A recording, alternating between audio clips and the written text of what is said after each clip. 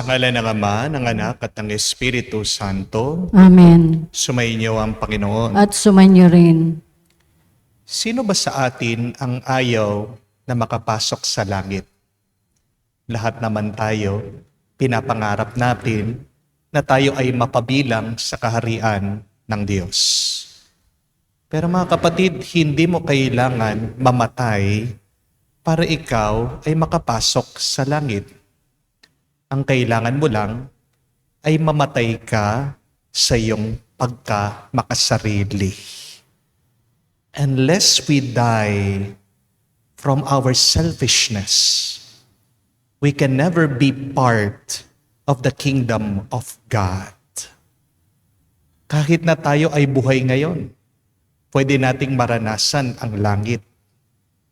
Kung iiwasan natin ang kasalanan, at kung tayo ay mananatiling nakalapit sa ating Panginoong Hesukristo. Ang kapatid, sa banal na misang ito, tayo ay magpatulong naway linisin ang ating Panginoon, ang ating puso, ang ating kaisipan para manahan ang ating Panginoon sa ating kalooban. Diyan natin mararanasan ang kaharian ng Diyos, ang kanyang kapayapaan. Sa mga pagkakataon na kung saan hindi pa rin natin maiwanan ang ating mga nakasanayang kasalanan, tayo'y magpakumbaba, humiling ng tawad sa Kanya, para tayo din muli ay makitang karapat-dapat na makatanggap sa mga banal na misteryo. Inaamin ko Sa makapangyarihang Diyos at sa inyo mga kapatid, na lubha akong nagkasala sa isip, sa salita at sa gawa at sa aking pagkukulang. Kaya'y sinasamo ko sa mahal na Birhen Maria, sa lahat ng mga anghel at mga banal, at sa inyo mga kapatid na ako'y ipanalangin sa Panginoon ating Diyos. kaawaan tayo na makapangyarihang Diyos, patawarin tayo sa ating mga kasalanan, at patnubayan tayo sa buhay na walang hanggan. Amen. Panginoon, kaawaan mo kami. Panginoon, kaawaan mo kami. Kristo, kaawaan mo kami. Kristo, kaawaan mo kami. Panginoon, kaawaan mo kami. Panginoon, kaawaan mo kami. Manalangin tayo. Ama naming makapangyarihan, maisaloob nawa naming palagian ang mga galing sa Espiritu ng Kabanalan, upang sa salita at gawa ay aming magampanan ang lahat ng iyong mga kinalulugnan sa pamagitan ni Jesucristo kasama ng Espiritu Santo, magpa sa walang hanggan. Amen.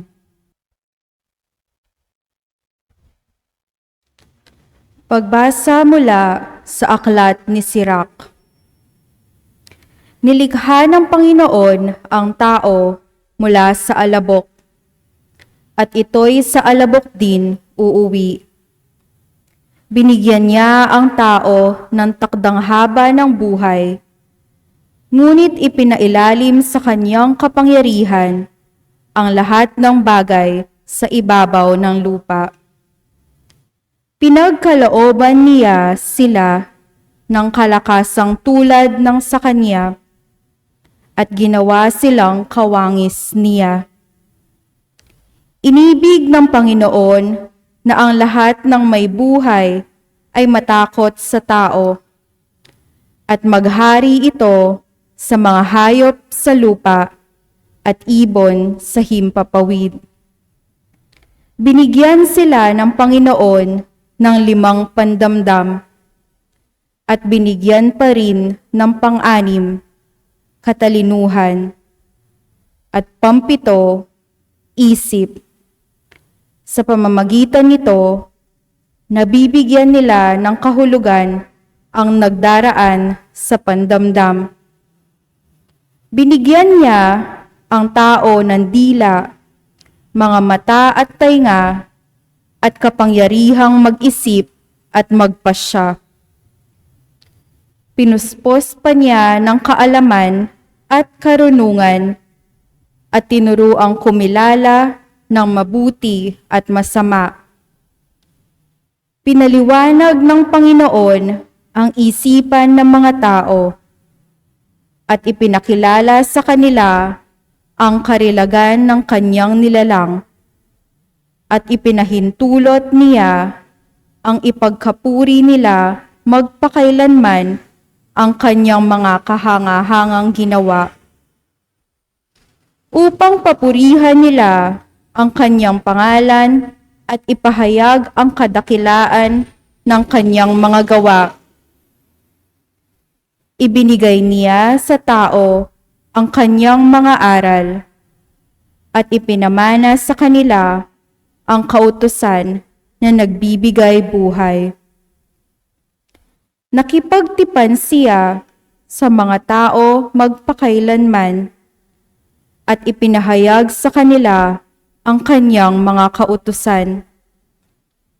Ipinakita sa kanila ang kanyang di matingkalang kamahalan at ipinarinig sa kanila ang kanyang bathalang tinig. Sinabi niya sa kanila, "Huwag kayong gagawa ng masama," at ibinatas sa kanila ang tungkulin ng bawat isa sa kanyang kapwa. Nakikita ng Panginoon ang lahat ng ginagawa ng tao at walang nalilingid sa kanya na anuman. Ang salita ng Diyos. Salamat sa Diyos. Pag-ibig mo'y walang hanggan sa bayan mong nagmamahal.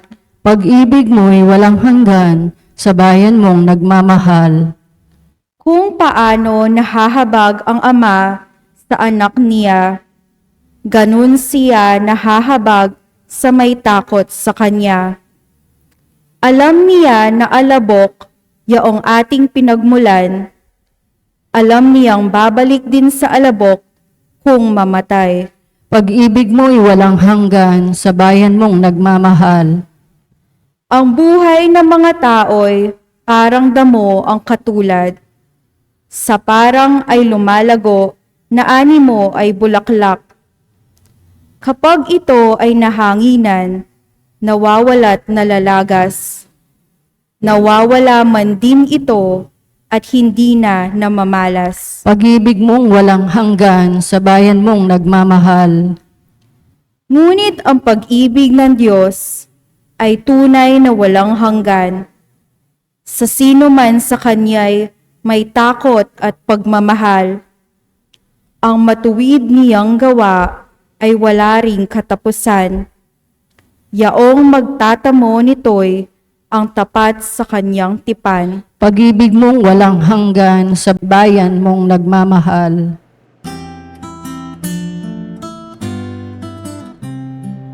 Alleluia, alleluia, alleluia, alleluia, alleluia, alleluia, alleluia, alleluia, alleluia, alleluia, alleluia, alleluia.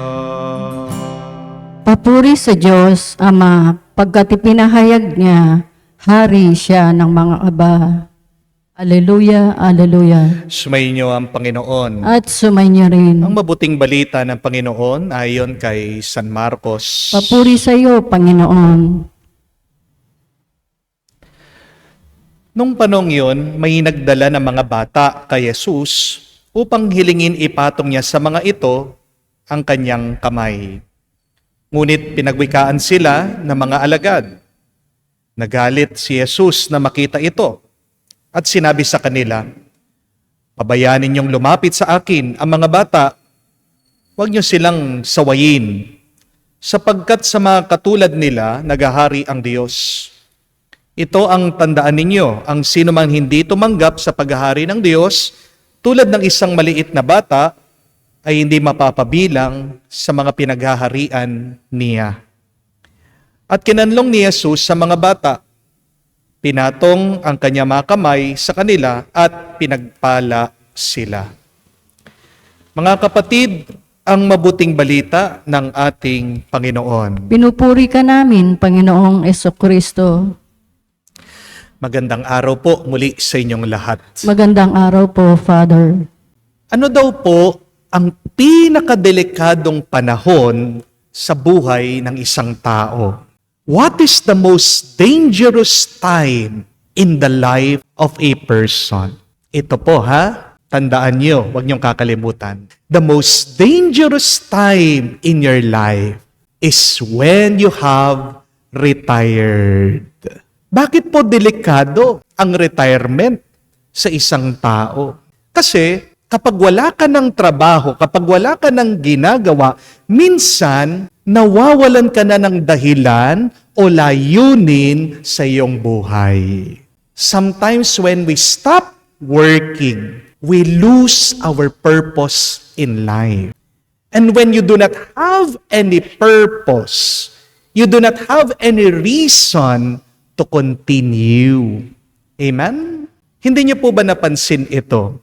Kapag nag-retire ang isang tao, ilang taon lang, nanghihina na siya. Nagkakasakit ang tao, at yung iba, agad namamatay. May kakilala po akong ganyan. Isa pong magsasaka. Buong buhay po niya, yan yung kanyang trabaho. At alam niyo po, umabot siya ng 70 years old na nagtatanim. Pumupunta sa bukid, kahit na umuulan, umaaraw, okay lang po sa kanya. Ang lakas-lakas niya. Pero nung binenta po ng kanyang mga anak, yung bukid niya, marami siyang pera. Pero napansin po nila, lumungkot yung matanda. At dahil po wala nang ginagawa, itong matanda, wala na siyang tinatanim, bigla, nilalagnat. Minsan, sinisipon. At napansin po nila, humina yung kanyang mga tuhod, yung kanyang mga paa. Nakakapanghina ang retirement. Di po ba? Sa umpisa lang, maganda ang retirement. Pero kalaunan, maiinip at maiinip ka din. Amen? Alam niyo po kung saan tayo dapat mag-retire? Hindi naman po sa trabaho sa stress. Diyan ka dapat umalis. Diyan ka dapat mag-retire. Dahil kung gusto mo yung iyong ginagawa, hindi mo tinuturing yang trabaho. Amen? Ang dami sa atin panaginip na mag-retire. Pero kapatid, kung ayaw mo yung trabaho mo, huminto ka na, umalis ka na. Huwag mong papahirapan ang iyong buhay. Dahil ano ang tawag mo dyan sa ginagawa mo na ayaw mo naman at hindi mo gusto, yan ay impyerno. Amen? Hindi ka papatay, nasa impyerno ka na. Ano ang panaginip ng Diyos para sa atin? Yung tayo ay mabuhay sa langit. At nararanasan mo ang langit pag mahal mo, pag gusto mo, yang ginagawa mo. Amen? Hindi po magandang panaginip ang retirement. Ano po ang mas magandang pangarap? Ito po yung gustuhin mo na maging masaya araw-araw. Ang magandang pangarap ay yung naisin mo maging payapa ka araw-araw. Amen? I repeat, do not dream and plan for your retirement, but always plan and dream how to be happy, how to be successful, how to be peaceful every day. Amen? At kung titignan niyo po ang buhay natin, may tinuturo ang Diyos sa atin. Paano ba tayo magiging masaya? Paano ba tayo magiging payapa sa buhay na ito? Di niyo po ba napansin? Habang tumatanda tayo, anong ginagawa ng Diyos sa ating mga katawan? Binabalik niya tayo sa pagkabata. Totoo po. Di po ba? Tingnan niyo. Noong bata tayo, puro malalambot lang ang ating kinakain. Pagtanda mo, gusto mo, puro malalambot din ang iyong kinakain. Bakit? Wala ka ng ngipin Paano pangunguyain yung pagkain na yan? Di po ba? Nung bata tayo, para makalakad ka, sinasakay ka pa sa stroller. Pagtanda mo, pag naghihirapan ka na maglakad, saan ka sinasakay? Sa wheelchair. Nung bata tayo, wala naman tayong kaalam-alam. Di po ba? Pero pagtanda mo din, babalik ka din, parang maliit kang bata. Wala kang kaalam-alam. Magiging makakalimutin ka din. Pagkatali-talino mo man ngayon, darating ang araw, makakalimutan mo lahat ng yan. Your mind will fail you. Ang sanggol, nilalagyan ng diaper. Pagtanda mo rin, gusto mo mat hindi, magsusuot ka din ng diaper. Di po ba? Nag-umpisa ang buhay mo sa hospital. Hindi malayo, babalik ka sa hospital pagtanda mo. Tignan niyo po, sa katawan pa lang natin, nagpaparamdam na ang Diyos kung ano ang kagustuhan niya para sa atin. Tinuturuan tayo ng Diyos kung talagang gusto nating maging masaya at payapa. Kailangan nating maging mga maliliit na bata. At kung babalikan niyo po ang ating binasang mabuting balita ngayon, pinapaliwanag ni Jesus sa atin, bakit ba kailangan nating maging kaugali ang mga maliliit na bata? Jesus said, unless you accept the kingdom of God like a little child, you will not enter into it. Kung hindi daw natin tatanggapin ang kaharian ng Diyos, kamukha ng isang maliit na bata, hindi tayo makakapasok dito. Hindi lang po sapat na tanggapin natin ang kaharian ng Diyos. Dapat tanggapin mo ito kamukha ng isang maliit na bata. Isa pong susi ng langit ay ang pagiging kamukha ng mga bata. Pero bakit ugali ng bata ang ating kailangan para matanggap natin ang kaharian ng Diyos para tayo ay makapasok sa langit? Ano po ba ang problema sa pagiging matanda? Di ba? Dahil sa mga matatanda, nagkaroon tayo ng karunungan. May kaayusan, may sistema ngayon dahil sa mga matatanda. Kung walang mga matatanda, sino mag-aalaga sa mga mahihina, sa mga may sakit, sa mga bata? Opo, marami namang magandang katangian na itutulong ang mga matatanda. Pero marami ding pagkukulang ang mga matatanda. Di po ba? Ano po ba ang kagustuhan minsan ng mga matatanda? Gusto nila ng pera. Gusto nila ng kayamanan. Gusto nila ng kasikatan at ng kapangyarihan. At minsan, gagawin ng matanda ang lahat para lang makuha niya ang mga bagay na yan. Hindi po ba? Kaya ng matanda na manira, kaya ng matanda na makasakit sa kanyang kapwa, kaya ng matanda na pumatay para lang makuha ang mga bagay na yan. Opo, meron mga bata ngayon na nagre-rape. Malungkot na kwento. Pero tanong natin, saan kaya natutunan ng mga batang iyan yung rape, yung panghahalay? Di ba? Galing din sa mga matatanda. Nakakabigla. Yung mga maliliit na bata ngayon, 2 years old ha? Marunong nang gumamit ng cellphone. At anong pinapanood sa cellphone? Puro kabastusan. Tanong ko po, meron po ba talagang bata na nag-umpisa ng gera? Meron po? Wala. Hindi po ba? Sinong madalas ang sanhi, ang dahilan, ang nag-umpisa ng patayan ng gera? Walang iba, kung hindi mga matatanda. Di po ba? Ang mga bata, ayaw naman yan na nagtatanim ng galit at sakit ng loob. Kaya nga, pag yung bata may nakaaway, di makatulog yan. Sa maghapon lang, pupuntahan niya yung kanyang kaaway.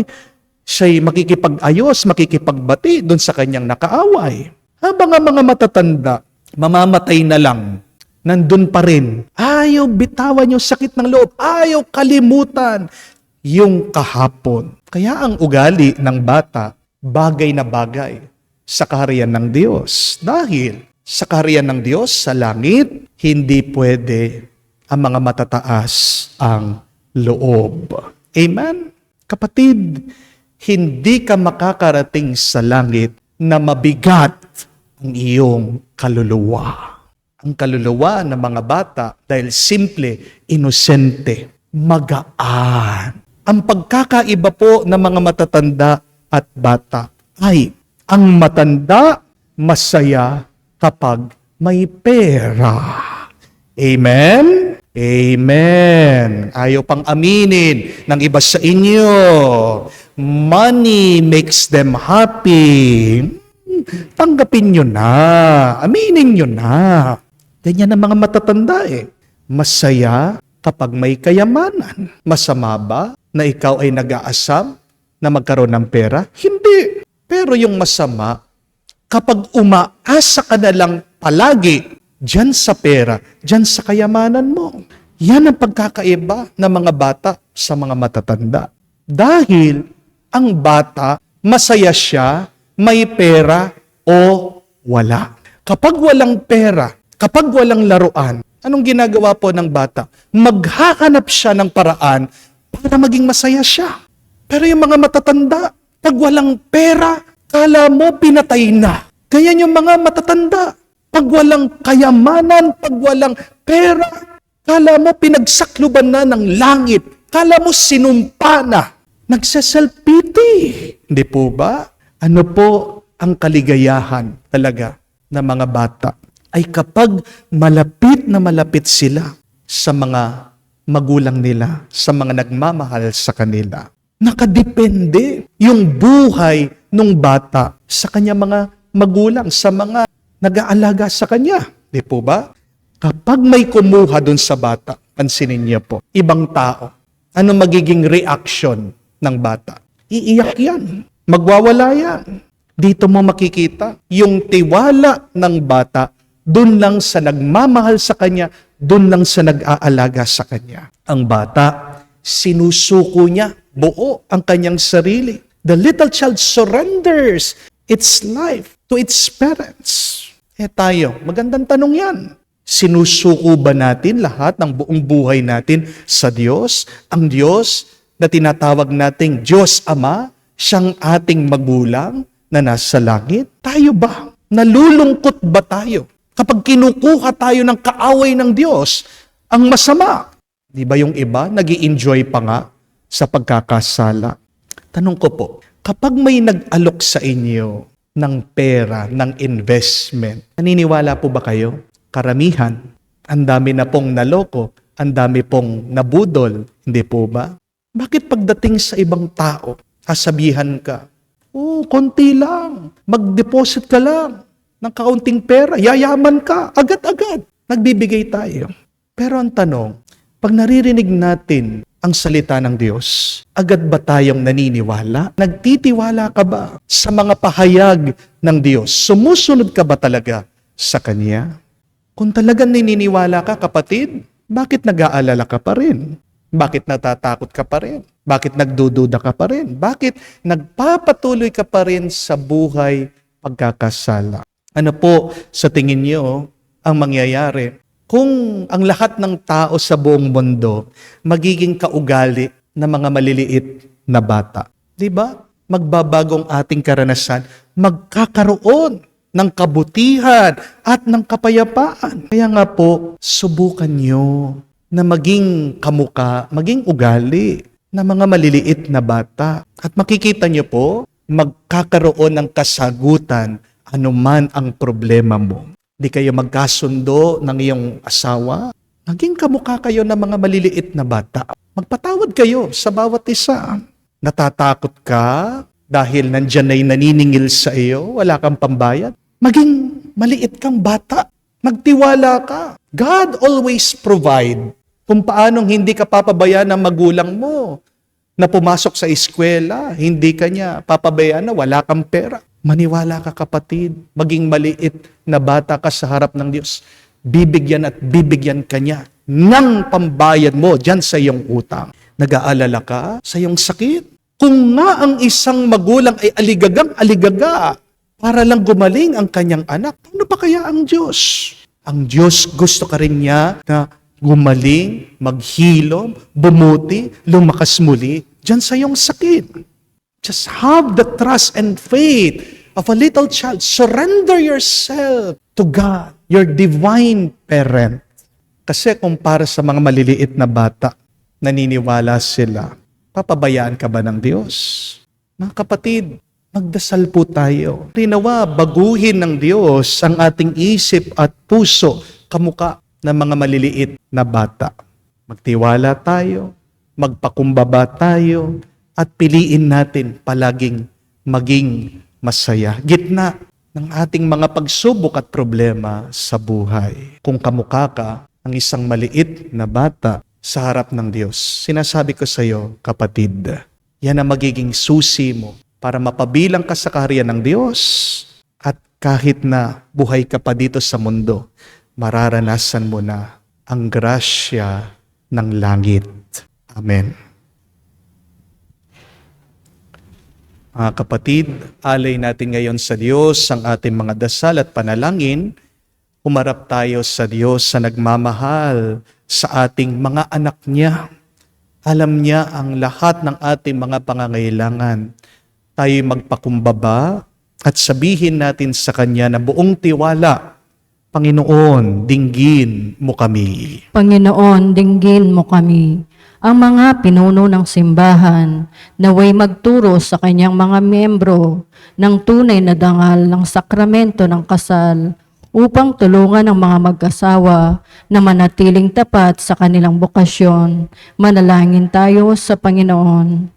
Panginoon, dinggin mo kami. Ang mga kinasal naway maging sensitibo sa pangangailangan ng bawat isa at makatagpo ng tunay na kaligayahan sa kanilang pinagsasaluhang buhay. Manalangin tayo sa Panginoon. Panginoon, dinggin mo kami. Sa mga nakararanas ng mga pagsubok sa kanilang pagsasama bilang mag-asawa, naway tumanggap sila ng biyaya ng maging matatag at magsumikap sa kanilang pagtatalaga ng sarili sa Diyos at sa isa't isa. Manalangin tayo sa Panginoon. Panginoon, dinggin mo kami.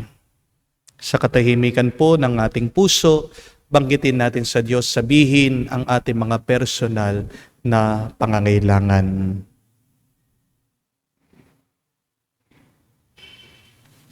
Makapangyarihang Ama, binigay mo sa amin ang sakramento ng kasal bilang tanda ng pag-ibig. Tulungan mo kaming mamuhay sa pagkakaisa sa bawat isa.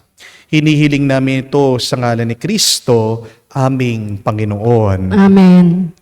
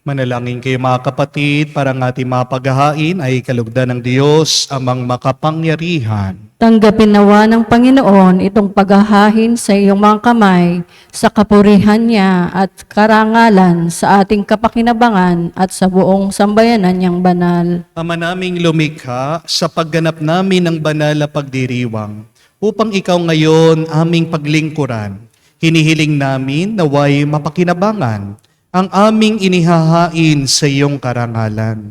Sa pamagitan ni Jesucristo kasama ng Espiritu Santo, magpa sa walang hanggan. Amen. Sumainyo ang Panginoon. At sumainyo rin. Itaas sa Diyos sa inyong mga puso at diwa. Itinaas na namin sa Panginoon. Pasalamatan natin ang Panginoong ating Diyos. Marapat na siya ay pasalamatan. Ama naming makapangyarihan, tunay ngang marapat na ikaw ang aming pasalamatan sa pamagitan ni Jesucristo na aming Panginoon. Siya ang salitang katuwang mo at kapiling. Noong ang lahat ng umiiral ay iyong likhain. Siya'y sinugo mo para kami sagipin at palayain. Kaya't siya'y kinalinga ng mahal na Birhen na naging kanyang inang totoo sa kapangyarihan ng Espiritu Santo, inako niyang sundin ang loob mo at kamti ng sambayanang banal para sa iyo.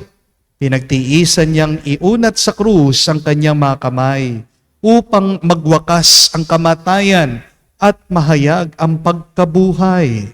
Kaya kaisa ng mga anghel nagsisiawit ng papuri sa iyo, nang walang humpay sa kalangitan, kami nagbubunyi sa iyong kadakilaan.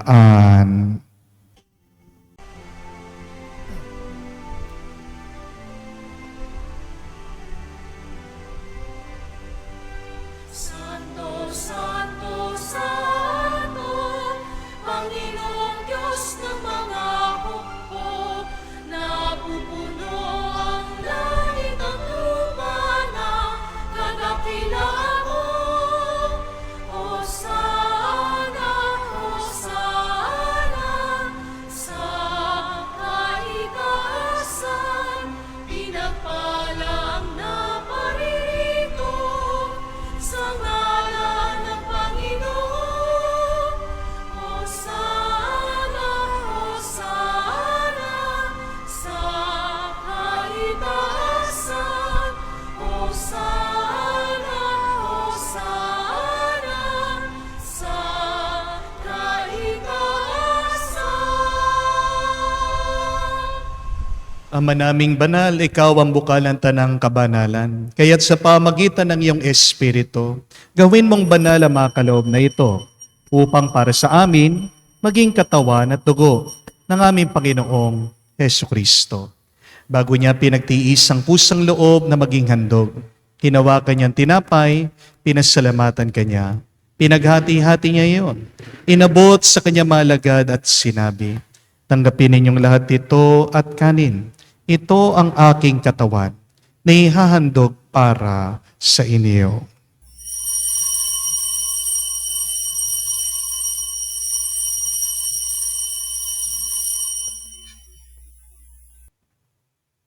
Gayon din naman, na matapos ang hapunan, hinawakan niyang kalis. Muli kanyang pinasalamatan.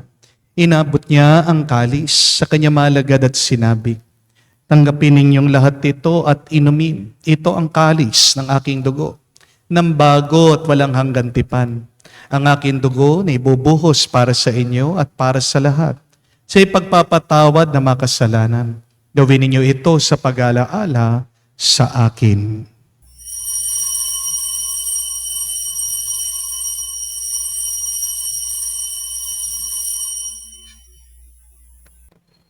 Ang misteryo ng pananampalataya. Aming ipinahayag na namatay ang iyong anak, nabuhay bilang Mesiyas at magbabalik sa wakas para mahayag sa lahat.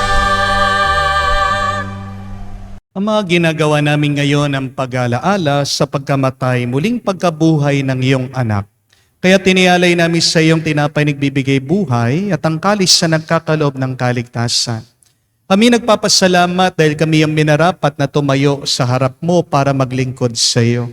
Sinasamo namin kami magsalo-salo sa katawan at dugo ni Kristo ay mabuklod sa pagkakaisa sa pamamagitan ng Espiritu Santo. Amalingapin mong iyong simbahan, laganap sa buong daigdig. Puspusin mo kami sa pag-ibig. Kay San Francesco, aming Santo Papa, si Florentino, aming Arsobispo at ng Tanang Kaparian. Alalahanin mo rin ang aming mga kapatid na nahimlay, may pag-asang sila'y muling mabubuhay. Gayon din naman lahat ng mga pumanaw. Kawan mo't sila't patuloyin sa iyong kaliwanagan. Kawan mo't pangindapating kaming lahat na makasalo sa iyong buhay na walang wakas. Kaisa na mahal na Birhen Maria, Ina ng Diyos. Kaisa ni San Jose, ang kanyang maligayang esposo. Kaisa ng mga apostol, lahat ng mga banal na namuhay dito sa daigdig na kalugod-lugod sa iyo. May pagdiwang nawa namin ang pagpupuri sa ikararangal mo sa pamamagitan ng iyong anak aming Panginoong Heso Kristo.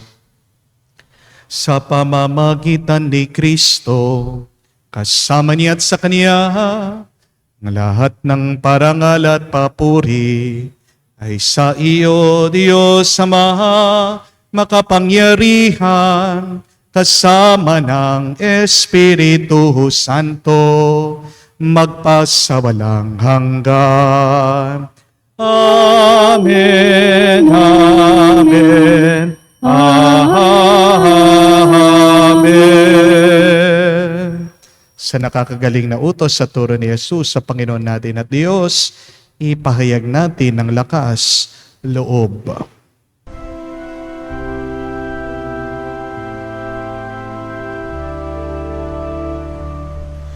Ama namin, sumasalangit ka, sambahin ang ngalan mo, mapasa amin ang kaharian mo, sundin ang loob mo dito sa lupa para nang sa langit. Bigyan mo kami ngayon ng aming kakanin sa araw-araw. At patawarin mo kami sa aming mga sala para nang magpapatawad namin sa nagkakasala sa amin. At huwag mo kaming ipahintulot sa tukso, at iadya mo kami sa lahat ng masama. Hinihiling namin kami adya sa lahat na masama, pagkalooban ng kapayapaan araw-araw, ligtas sa kasalanan, ilayo sa lahat ng kapahamakan, samantalang aming pinanabikan ang dakilang araw ng pagpapahayag ng tagapagligtas naming si Heso Kristo. Sapagkat iyo ang kaharian at ang kapangyarihan at ang kapurihan magpakailanman. Amen. Panginoong Heso Kristo, sinabi mo sa mga apostol, kapayapaan ang iniwan ko sa inyo, ang aking kapayapaan binibigay ko sa inyo. Tungayan mo ang aming pananampalataya, huwag ang aming pagkakasala.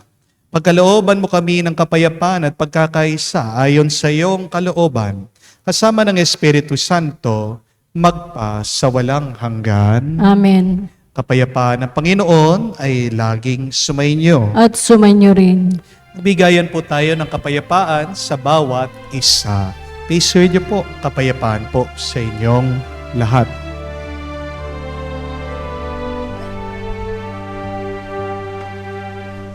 Kordero ng Diyos na nag-aalis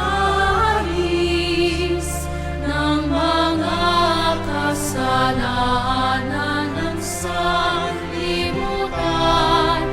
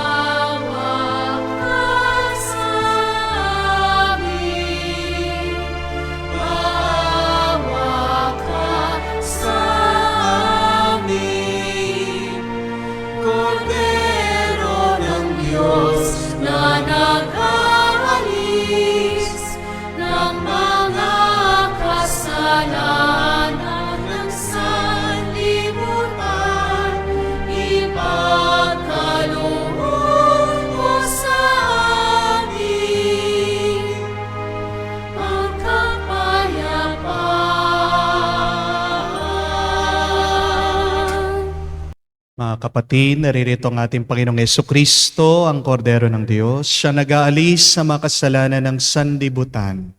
Mapalad tayong lumalapit sa piging ng Kordero. Panginoon, hindi ako karapat-dapat na magpatuloy sa iyo, ngunit sa isang salita mo lamang ay gagaling na ako.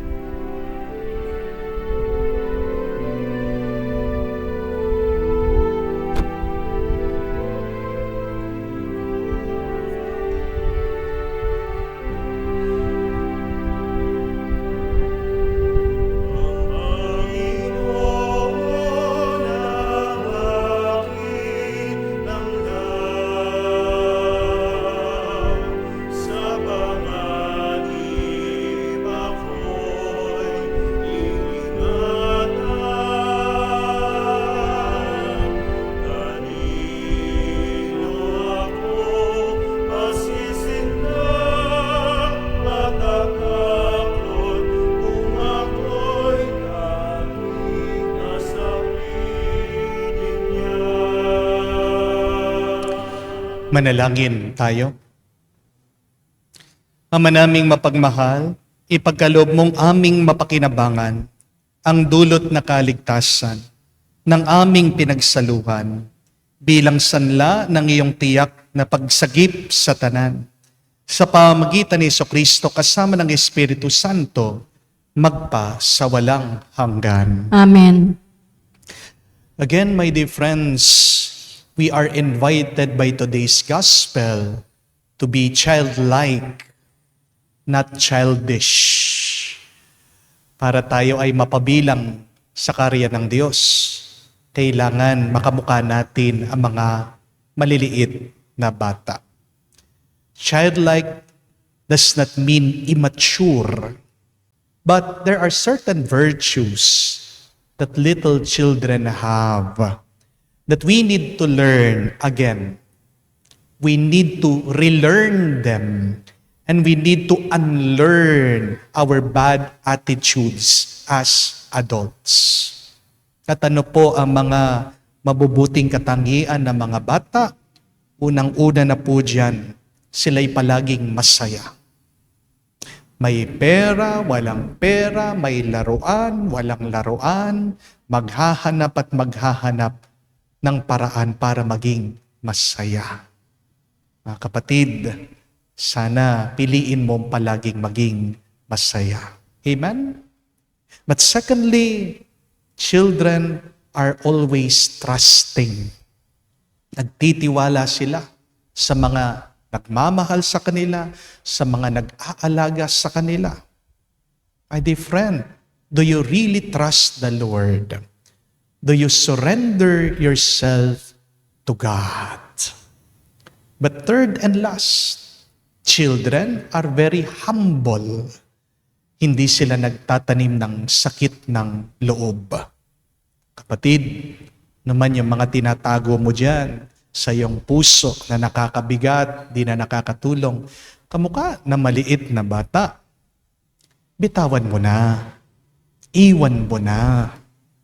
Pinakamahalaga ay yung ikaw ay masaya at payapa araw-araw. Tandaan niyo po na hindi kayo makakapasok sa langit kung may bigat ang iyong kalooban. Kailangan sa langit, kaya nga nasa itaas, ay magaan ang ating mga kalooban. So my dear friends, please try to reflect on these points today. Pero ang assignment ko po sa inyo, sana maghanap po kayo ng isang maliit na bata. Pakainin nyo, labas nyo, makipaglaro kayo dyan sa batang yan. Sana maalaala nyo kung ano yung feeling, nararamdaman ng isang maliit na bata. Huwag niyong kakalimutan yung feeling na yon, lalong-lalo na sa harapan ng Panginoon. Para maalis yung inyong mga pag-aalala, yung inyong stress, hindi nyo kailangan yan. Mag-reset kayo, bumalik kayo. Kung hindi, ibabalik kayo ng Panginoon. Diba?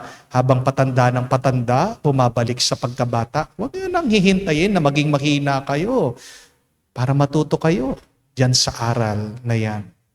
Ngayon pa lang, maging maliit kang bata sa harap ng Diyos, makikita mo, mababawasan, mawawala ang iyong mga problema. Sumainyo ang Panginoon. At sumainyo rin. Kayo basbasa ng Diyos, makapangyarihan sa lahat, sa ngalan ng Ama, ng Anak, ng Espiritu Santo. Amen. Ang ating misa ay natapos na. Humayo kayo sa kapayapaan ni Kristo. Salamat sa Diyos.